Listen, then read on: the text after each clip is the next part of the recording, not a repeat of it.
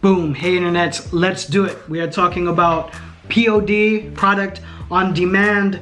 A lot of times in my videos, I refer to these companies as third-party distributors or third-party vendors. And I say third-party because it's you, the brand, and the company, and then the consumer, right? And then the third party is sort of this in-between, right? And product on demand before used to just be DTG, which stands for direct to garment, okay? You've seen these before. They're basically like printers, but big printers that print on fabric, so on garments, on blanks. Many of these companies such as Printify, Printful, Teespring, they offer a lot of categories now and they seem to be growing. Not just DTG, but embroidery and all kinds of products that you can customize. So we're not just talking about t-shirts, hoodies, and hats anymore. There's bags, there's aprons, there's towels. There's honestly an amazing array of products that you can make customized in this industry. And they are growing, they're continuing to grow. There's way more companies than the three that I just mentioned now. And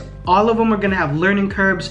All of them are gonna have strengths and weaknesses. So as we maneuver through these POD companies, I'm gonna try to stay on the edge and do as many videos as I can that helps people kind of maneuver through it. But for now, what I wanted to touch on is how do I know which one to go with? And it's hard for me to answer because even though those three companies that I talked about are really killing it at the moment, I don't know where their holes are. Also, if feedback comes back from a consumer who uses them or a client that uses them that might be a subscriber of my channel, I don't know if it's a one-off thing, right? Like there's always spoilage. So I owned a high volume screen printing shop for over 3 years and our biggest client there was Blizzard. So the Irvine based gaming company, one of the biggest gaming companies in the world. I believe it's $6 billion company. They do a lot of soft goods. So we did a portion of their soft goods and that was just one client. So our minimums at our company were 144 shirts. If you were trying to do 10 shirts, I'm not talking to you. If you're doing under 144 pieces, it was considered a favor between me and my partner at the time that co-owned the shop with me. So the only reason I bring that up is hopefully through my videos you see my demeanor. I'm a straight up guy. I share a lot of information here. So for my clients, I would bend over backwards. We would really do really good when it came to customer service. But I'm telling you, having said all of that, there were always mistakes and we call that spoilage.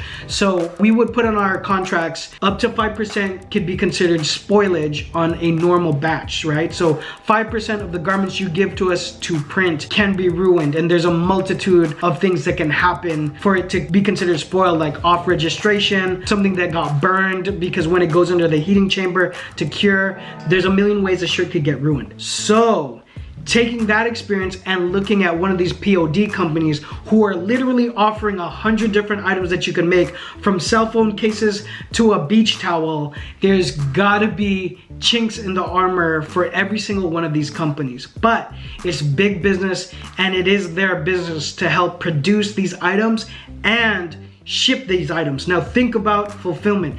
There's some places that just have the business of warehousing product and fulfilling it.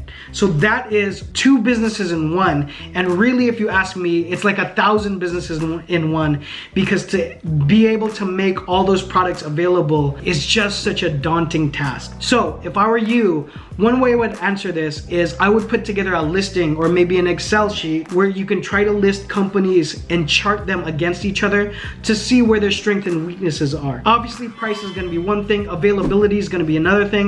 Maybe one company, there's only one company out of the top 3 that you like that offers duffel bags.